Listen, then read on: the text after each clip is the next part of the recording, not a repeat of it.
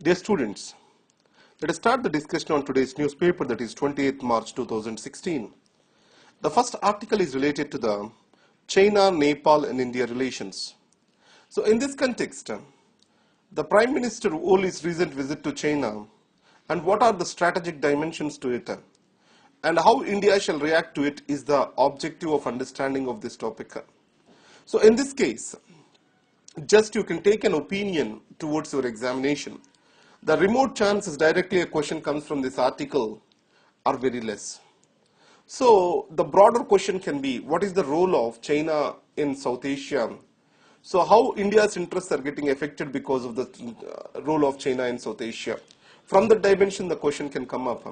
Are One Belt, One Road initiative and its implications to South Asia? So that can be the dimension of the question. But China-Nepal relations implications to India's strategic interests is a remote possibility. But however, learn the perspective and dimension to this so that you can bring an argument and a good conclusion. So in this case, recently the Prime Minister Oli has visited Nepal and an agreement was signed. The major thing about this is the trade and transit agreement. And Nepal is developing an alternative route to source its goods from China. So in this context, let us understand the history first. So before there was monarchy in Nepal, now they shifted to a democracy. But majorly the functioning of the country did not change much. Either it is monarchy or democracy, anti-India card was played whenever the regime is in crisis. Now the existing Oli government is going through many crisis kind of situations. That is, one is Madhesi agitation, economic crisis, and the stability of the government is also under question. So in this context, the anti-India card and pro-China card, so this is what is meant to create something called as a nationalistic fervor towards his government. It can take forward the stability. Now, it means the strategy is more a regime protection strategy in Nepal. And the second thing is, what are the underpinnings? How feasible this agreement is? Coming to the feasibility, the port access given is for Tianjin, and the total distance the goods have to travel is for more than 3,000 kilometers, and there is no proper motorable road over here. So in this context, it is not economically viable. And the second is, the China's interests are clearly against to the other issue, that is connectivity, where Nepal has requested the China to extend connectivity between Tibet and Nepal railways, or to extend the Tibetan railway towards the Nepal. Now, observe carefully, China always wants to restrict the alternative routes to entry into the Tibet. Now, by developing a connectivity with Nepal, the Tibet is exposed to the world. An alternative route is being developed. It is not against in the national interests of the China. And the third thing is, you also have cost factors over there. And if you see the Chinese economy now, it is no more in a position to give the free checks. So whatever it is giving is a grant. So it means that it has to be repaid. And any aid or help given by China, it comes with a strategic burden and also huge interest payments which have to be made at a later date. Already Sri Lanka, Myanmar, these are facing the controversies related to the Chinese investments in these countries. And finally, if you see, China is also a bit wary of India. And Indian market is much bigger for China compared to Nepal. So, as of now, with the existing balance between India and China, China may not do something which is quite harmful to India. So in these connections, India shall not press the panic button, or there is no point India move away from its stated position, and it shall or it can continue the protection to the rights of Madhesis, or else because of its national interests. Because any retribution against the Madhesis, it will have a spillover effects in the northern states of Bihar and UP. Next is related to the e-waste. Now already we have discussed it on 24th March newspaper, but let me talk to you again. New e-waste management and handling rules are being framed by the central government. According to this, the CFL Bulbs are also been regarded as the e-waste because they contain the mercury. And the next is, new rules say that every producer has to ensure the buyback or else disposal of 30% of the waste which he has generated. So based on the projected sales, by 2018 it has to be 30% and 70% by 2023. And for this, manufacturers are also given several options. They can collect the refundable deposit from the customer. Tomorrow when they give that particular electronic good to the producer, these people can pay back that particular money. So through incentivization and disincentivization, the government is promoting this and making the manufacturers and also consumers more responsible. And where bulk consumers were there, they have to give final, or else every year they have to file an annual returns how they are using, how they are disposing the e-waste. Finally, the states also have to establish e-waste dismantling and recycling units in the industrial parks. So these are the improvements which are made with regard to the e-waste disposal. And added to that, if you see, the unsafe practices which are used in extraction of the copper from these particular circuit boards, they are polluting the soil, and also it's going to create a huge health hazard for the country. It is better we woke up, and now that importance lies in its implementation. And the next is Uttarakhand crisis. Now, you know the crisis, but I'll give you a brief about this. Now, few defectors moved away from the Congress. So then the speaker, the governor has asked for, proving the majority by the government on the floor of the House. In meanwhile, the speaker has applied anti-defection law against them.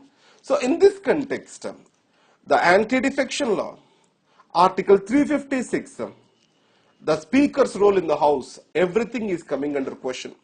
So there is an established pattern how Article 356 is getting misused. Either if you take Arunachal Pradesh or else if the case of Uttarakhand. So here, the speaker's role, the existing regime in the state, it is using the speaker in anti-defection law to disqualify the members before the trust vote so that it can win the trust vote in the House.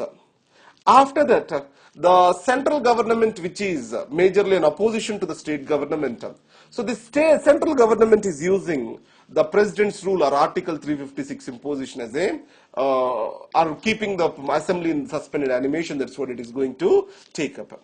So what is the way out now? The Supreme Court has to see it into the detail and has to frame the stricter guidelines. But however, there is no solution to the weakening of the political morality. So it cannot, an answer cannot lie completely in the judicial pronouncements or the legal structures. It is raising the political morality that is more important. Coming to the floods. Now, everything or any natural disaster, it is attributed to the climate change. To what extent we can attribute something to a climate change and how the risk mitigation has to be planned for it is very much important. So in India, what are statistical methods to establish the relationship between a particular event and climate change are absent. So in this case, developing the insurance plans and programs is also very difficult. Coming to the Aadhaar and privacy. So what this article says is, accumulation of all the data at one single location and integration of data using the Aadhaar is the major problem. So the disaggregation of the data can make the privacy well protected, and we can use the Aadhaar only for the intended purpose which is mentioned in the law.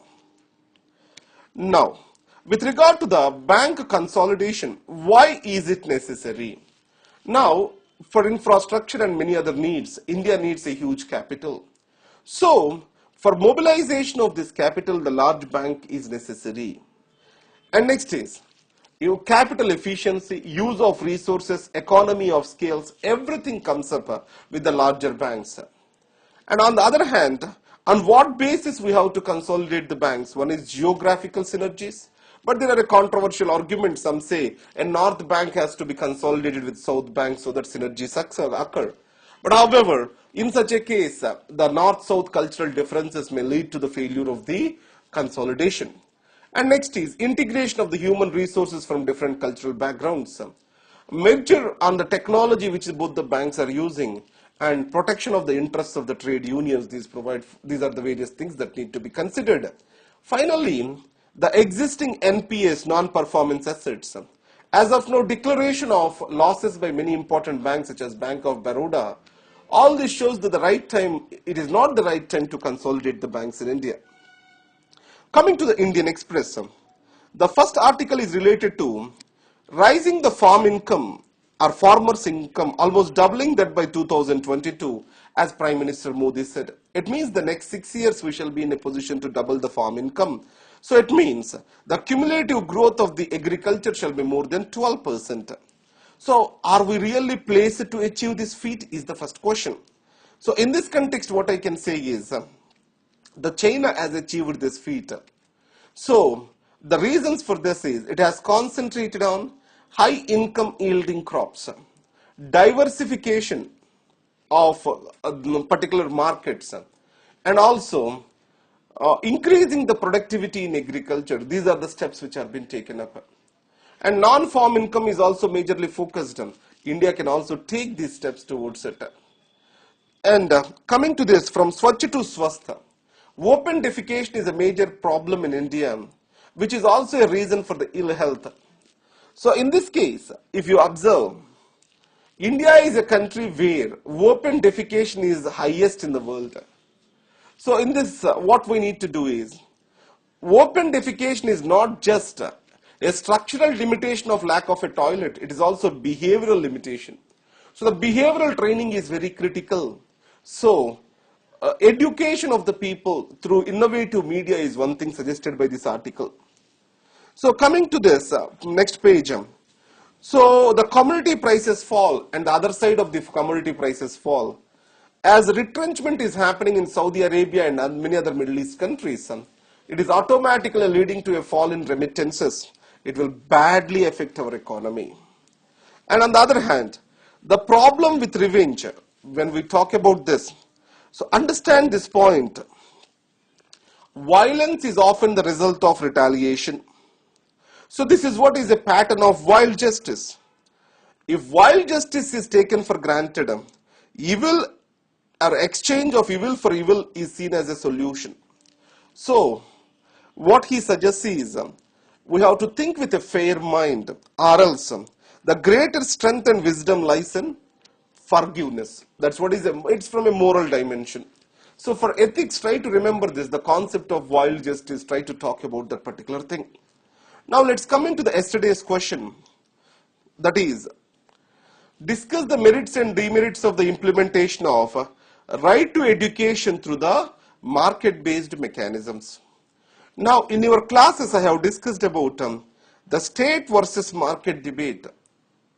In Vajiram in the final class and in Law Excellence in the last class I have discussed about state versus market debate. In this I said that this is a framework you have to use for different arguments that come up. Today in the article the argument is about the right to education. Now the first point is access. Universal access, it can only be provided through the state-based education delivery systems. The privatization limits the access to the people who are affordable and also privileged.